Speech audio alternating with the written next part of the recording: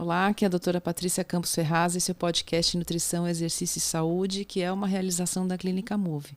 Hoje eu tenho o prazer de receber aqui o Dr. Renan Jorge. Muito obrigada por ter vindo, Dr. Renan. Olá, Patrícia. Muito obrigado pelo convite. Muito feliz de estar aqui hoje. Nós que agradecemos.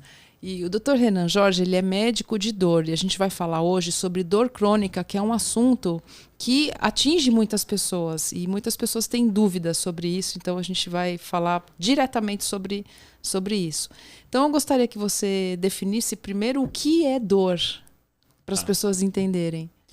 Bom, é um tema complexo, né? Um tema novo, assim, relativamente novo para a população, né? Entender que existe uma especialidade que trata a dor e existe um estudo todo sobre a dor, né? E assim, conceitualmente, a dor que a gente entende como dor, ela seria uma lesão, né, física em que o corpo, né, sofre um trauma ou uma queimadura e o cérebro, né, esse estímulo chega ao cérebro, o cérebro interpreta essa dor. Só que, na verdade, isso se chama nocicepção, né? Que é um estímulo nociceptivo, que é esse estímulo sensorial da dor. A dor, ela é algo mais complexo, né? Ela engloba uma camada multidimensional que vai envolver tanto a parte sensorial, quanto parte afetiva, cognitiva, psicossocial. Então, ela vai ser uma experiência que vai abranger algumas influências, né? Existem influências que categorizam o nível de dor que você vai sentir, por exemplo. Então, duas pessoas que têm uma osteoartrite de joelho, por exemplo, elas podem, uma tem uma osteoartrite mais grau avançado, outra uma mais leve. Essas mesmas pessoas, elas podem ter um grau de dor 9 numa escala de 0 a 10. Mas aí como você explica isso? Se uma tem uma lesão pior do que a outra? Porque aí isso difere, aí vão ter as influências das camadas multidimensionais. Que John Bonica, né, que foi um dos pioneiros do estudo da dor, ele caracterizou muito bem isso, sobre as camadas multidimensionais da dor. E aí influencia o medo, a ansiedade, né? Como o corpo reage à dor, como você entende o que é dor, né? Suas experiências prévias de dor no passado, seus traumas, tudo isso vão levar você, Patrícia, ou eu, Renan, ter uma experiência individual da dor. Então, é muito importante a gente entender o que é nocicepção, que é aquela lesão que gera o estímulo doloroso, e a dor, que é algo muito mais complexo que não envolve só esse estímulo. A gente pode muitas vezes ter dor mesmo sem ter alguma lesão. Nossa, isso é um ponto bastante importante, isso, né? E então, o que a gente está falando aqui é que para algumas pessoas esse sistema de alarme de dor pode ser super sensível, mais sensível do que em outras pessoas. Isso depende de variabilidade, no fundo, de variabilidade individual, né? Sim, sim. Existe desde a variabilidade genética. Então, por exemplo, pacientes que têm familiares com fibromialgia tendem a ter chances maiores de ter fibromialgia. Não é uma sentença, mas existe um componente genético envolvido. Tá? Existem pessoas que não sentem dor, que não têm receptores específicos de captação de dor. Eu tenho na família essas pessoas. E isso é um perigo, na verdade. Isso é um perigo. Não sentir dor é ruim, porque dor é um sistema de defesa em que algo está errado para você se proteger. Então, essas pessoas elas tendem até a ter uma mortalidade com uma mortalidade numa idade ali que varia de 30 a 40 anos numa média. Sim. Porque elas não reconhecem a dor. E tem pessoas que têm mais dor, tem esses geneticamente ou por influências ao longo da vida que levaram a pessoa a ficar mais sensibilizada a perceber mais a dor. Então essas pessoas têm um estímulo aumentado à dor, né? Elas são mais sensíveis. O seu sistema nervoso que regula e modula a dor está com alguma disfunção. Perfeito. E aí, o que a gente estava falando aqui é Como é que essa dor crônica ela se situa na saúde do Brasil e do mundo? Se vocês já têm números assim para quantificar os acometidos por dor, né, na população em geral. Tanto no Brasil quanto no mundo, então estima-se aí 30 a 40% da população que tem dor crônica. Isso é muita gente. É muito. A gente está falando aí de 1 a 4, 1 a 3 pessoas vão ter dor crônica, né? E assim, a dor crônica ela gera um impacto social enorme, né? Então, assim, as pessoas... a maior causa de afastamento no trabalho, por exemplo, é dor lombar. Mais do que ansiedade, depressão, mais do que traumas, né? Fraturas. Então, assim, causa afastamento no trabalho, causa baixa de produtividade das pessoas porque sentem dor, né? Então, onera o sistema de saúde como um todo por acesso a tratamentos, acesso a hospitalizações, né? Fora o impacto individual, né? A pessoa com dor crônica, a pessoa que vai se socializar menos, é uma pessoa que vai ficar mais sedentária porque não vai querer se mexer, né? É uma pessoa que vai tender a ter comportamentos e desenvolvimento de doenças psiquiátricas como ansiedade, depressão, né? Então, assim, é algo bem complexo que é importante a gente trazer esses dados aqui para a população entender, né, e procurar uma ajuda, né? Perfeito. E assim, o que a gente está falando aqui de um ponto importante que é legal as pessoas reconhecerem é que a dor me parece uma entidade clínica por si só, né? Às vezes eu como leiga penso, a dor deve estar atrelada a uma doença, a um diagnóstico que talvez eu nem saiba que eu tenho, mas eu queria que você me explicasse isso, né? Como é essa questão de você pensar em termos médicos, que a dor é uma entidade por si só, né? Ela não está ligada a uma doença reumatológica, ela não está ligada a um trauma. Pode não estar, né? Pode Sim. estar, mas pode não estar. Sim. Porque aí as pessoas que sentem algum tipo de dor, elas também podem acender o alerta vermelho para procurar o profissional, né? Sim. Por isso que... Então, pensando temporalmente, né, na classificação da dor, então a gente tem a dor aguda, que aí é classificado como um tempo aí de até 3 meses de dor, então seria uma dor aguda. Mas isso é uma classificação, né? Porque imagina-se que é o tempo médio de recuperação de um tecido, cicatrizar. E essa dor aguda, relacionada a esse problema, né? Então essa nocepção, ela teria se resolvido. Tá? A partir daí, já começa, né, a se falar de dor crônica. Porque se passou 3, 4 meses, em muitos casos você ainda vai ter lesão associada, uma lesão que não cicatrizou direito, ou recidivou e tal. Então, assim, isso é conceitual, né? Perfeito. Mas não é porque passou 3 meses e um dia é dor crônica. Tá? Depende, varia muito, verdade. Entendeu? Mas é uma classificação que a gente tem aí para facilitar aí o nosso entendimento. Perfeito. E aí vai ter situações em que a gente vai ter a resolução completa da lesão, e aí a gente vai continuar com a persistência da dor. E é isso que a gente chama de dor crônica. E aí existem diversos mecanismos envolvidos nisso para que aconteça essa persistência da dor crônica. E aí, dos principais que a gente fala, o que acontece? O organismo, ele fica, o sistema nervoso, ele fica hiperexcitado, né? Então, ele fica tanto hiperexcitado a estímulos, então ele fica mais hipersensível, então ele reconhece mais facilmente os estímulos. Assim como também a gente tem um sistema de inibição da dor. Então, a partir do momento que o estímulo doloroso chegou ao nosso cérebro vai reconhecer aquilo e vai estimular, né, substâncias e sistemas no nosso corpo para, vou reduzir a dor para ele não sentir tanto. E aí, nesse sistema também é comprometido, que é o sistema inibitório da dor que a gente tem no nosso organismo. Então a gente vem dessas duas vias, a via ascendente, enquanto o estímulo sobe ao cérebro, essa via está hiperexcitada, assim como essa via descendente que para descer o estímulo até a você reconhecer ele, né, no local da dor, esse sistema de defesa e de inibição da dor ele vai estar também prejudicado. Então existe, né, ele anda principalmente nessas duas vias, né, os mecanismos de evolução da dor crônica.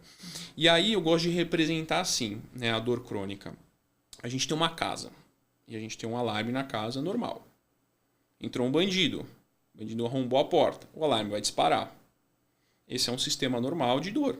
Tá? Seu alarme de reconhecimento, interpretação de dor, tá tudo ok. Num paciente com dor crônica, o que acontece é que esse sistema está desregulado, a ponto que um bater de janelas vai disparar o alarme. E essa pessoa vai sentir dor, né? Vai reagir a esse estímulo doloroso, vai ficar tensa, vai ficar agitada e todos os comportamentos que envolvem a dor em si. Perfeito. Então, uma vez que a gente caracterizou a dor, explicou os tipos e tudo, aí eu queria perguntar assim para você, como médico de dor, que recursos o médico de dor tem para tratar os pacientes com dores em geral, assim, grosso modo? Tá. Assim, o pilar central do tratamento é o estilo de vida. Perfeito. Tá? Porque a gente precisa desensibilizar esse corpo, né? Intervenções médicas, né? Medicamentos, né? Eles vão ser importantes.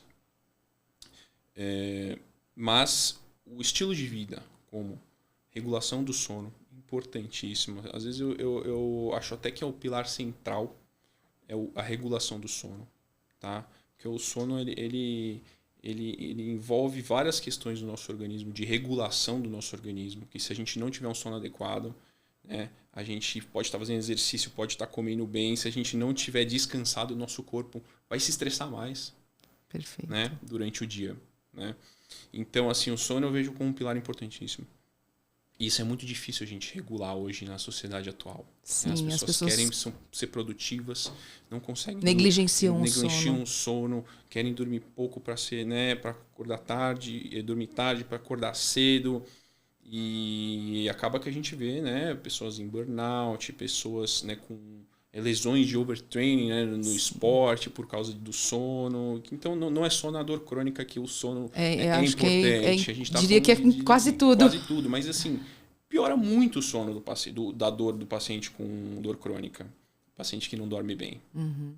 Porque está relacionado a substâncias pró-inflamatórias à dor, o envolvimento dessa hipersensibilidade à dor. Perfeito. E o paciente dormindo pouco, o nosso corpo fica mais estressado e aumenta, né, essas substâncias, esses neurotransmissores associados à inflamação no nosso sistema nervoso central.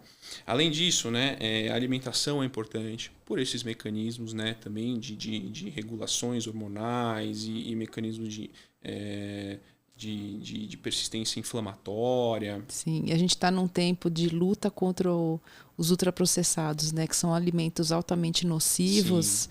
E só um coach aqui, a gente está gravando esse episódio poucos dias depois de ter saído a nova pirâmide americana. Sim. Não que ela não nos diga a respeito, porque eu queria só fazer um alarme aqui.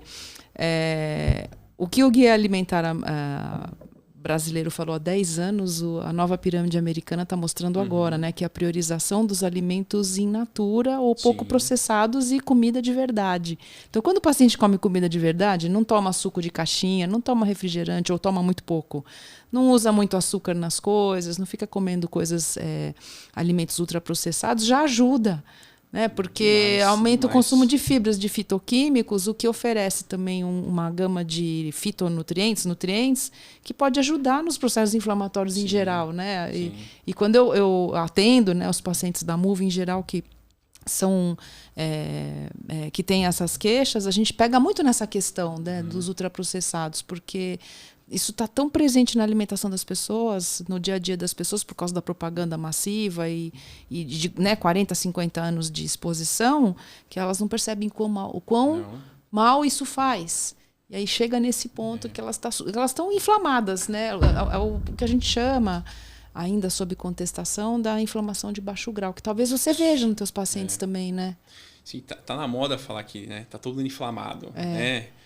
Isso cabe, assim, né? Isso termo, cabe, mas de fato, um pouco acontece, de contestação, né? mas a gente vê. Isso acontece porque o paciente é submetido a baixas doses de estímulos nocivos no nosso corpo, né? Externos, que vão agredindo ele a longo prazo, né? E a gente vê essas doenças aí sistêmicas desenvolvidas ao longo do tempo, né? Hipertensão arterial, obesidade, dislipidemia, diabetes, muito relacionado à alimentação, essa exposição ao longo do tempo, que nem você falou, e aí vai fazendo uma inflamação crônica de baixo grau, né? Sim. Então, assim, o paciente, ele é muito sensível. E aí, existem pacientes específicos, né? Aí da enxaqueca ou da fibromialgia, né, que carregam um tipo de dor nociplástica, que a gente chama, que aí ela é diferente da neuropática, que é relacionada ao nervo, é diferente da nociceptiva, que é aquela relacionada ao dano tecidual. É uma variante da sensibilização central do nosso sistema nervoso central, tá? Que é a dor nociplástica. E esses pacientes, eles são muito sensíveis a alguns alimentos, a alguns componentes de alimentação específicos, algumas substâncias, que nem por si só são inflamatórias, mas eles são a essa substância específica, mas são mais suscetíveis ainda a produtos industrializados, ultraprocessados. Então, sim, é importantíssimo. E a atividade física, né? Sim, é essencial, né? Não tenho o que falar. Né? A gente... As evidências são muito claras. São muito grandes. Você fala aqui todo podcast sobre exercício, né? Então... E nutrição também. É uma doutrinação, né? Quem me acompanha aqui já sabe que está sendo meio doutrinado, né? Sim. Mas é doutrinado para o bem, né? Assim, com evidência científica. Então, sobre o exercício físico. O exercício, né? O movimento, ele gera adaptações magníficas no nosso corpo humano. Sim. Entendeu? Desde a dessensibilização desse sistema nervoso central sensibilizado através de uma melhoria do nosso sistema de controle de dor, aquele sistema descendente, porque ele vai produzir substâncias neurotransmissores como serotonina, noradrenalina, que estão relacionadas a esse sistema. E aí outras substâncias do bem-estar, né? Dopamina, as endorfinas. Então a gente tem uma farmácia endógena aqui que a gente tem que muito aproveitar elas. Né? Se a gente não fizer o básico e só tomar remédio, só fazer as intervenções, que são opções, né? São o meio do caminho, né? A gente não vai melhorar. O paciente com dor crônica não vai melhorar. Então, assim... O exercício, ele não é nem sobre força. Isso é um tema que eu quero falar no podcast. A gente vai falar no próximo episódio. Não é nem sobre ganho de força. É sobre os mecanismos adaptativos que o exercício traz no organismo relacionados à dor. Então, é incrível o potencial do exercício na dor crônica. É obrigatório, tá? É obrigatório. E aí vai variar com... as demandas específicas, isso a gente vai discutir. Certo. Então, falei de sono, falei da atividade física, falei da nutrição. O manejo do estresse é importante. Eu ia perguntar isso agora, dia de hoje, o manejo do estresse. Manejo de estresse, então a gente tem que saber regular o estresse. Então, assim, o trabalho junto com psicólogos é muito importante.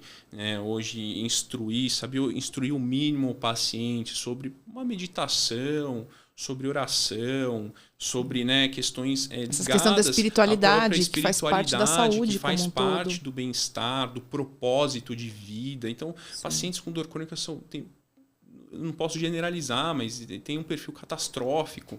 Então, são pacientes que não têm uma perspectiva, né, um propósito muitas vezes. Né? Então, assim, a espiritualidade ela rege isso. Sim. Então, a gente ter essa direção...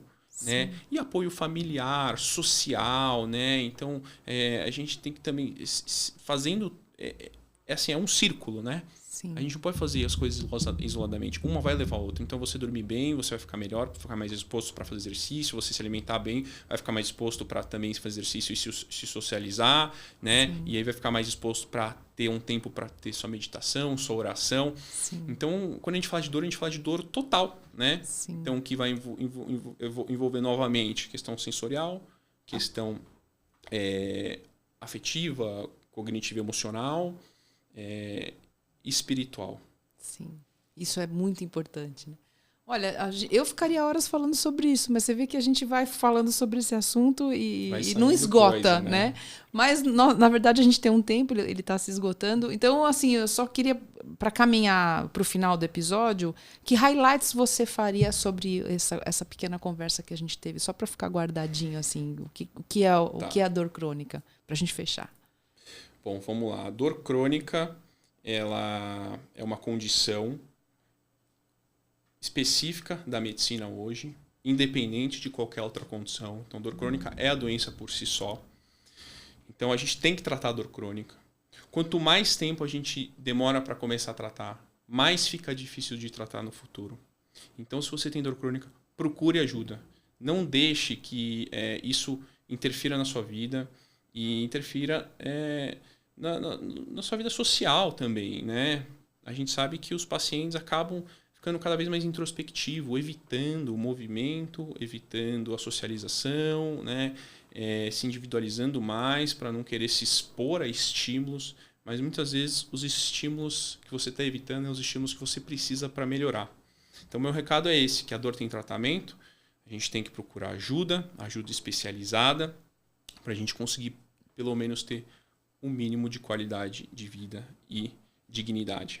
Perfeito. Então, tem tratamento, né? Acho que isso é importante colocar claro. Então, doutor Renan, muito obrigada pela sua presença. Nós agradecemos a sua presença aqui hoje. Muito obrigada à Clínica Move pelo apoio ao projeto. E muito obrigada a todos vocês que nos acompanham nas diferentes plataformas. Se vocês gostaram do episódio, por favor, curtam, compartilhem com familiares e amigos que sofrem de algum tipo de dor. Comentem, a gente responde, adora ter a manifestação de vocês. Muito obrigada, até o próximo episódio. Obrigado.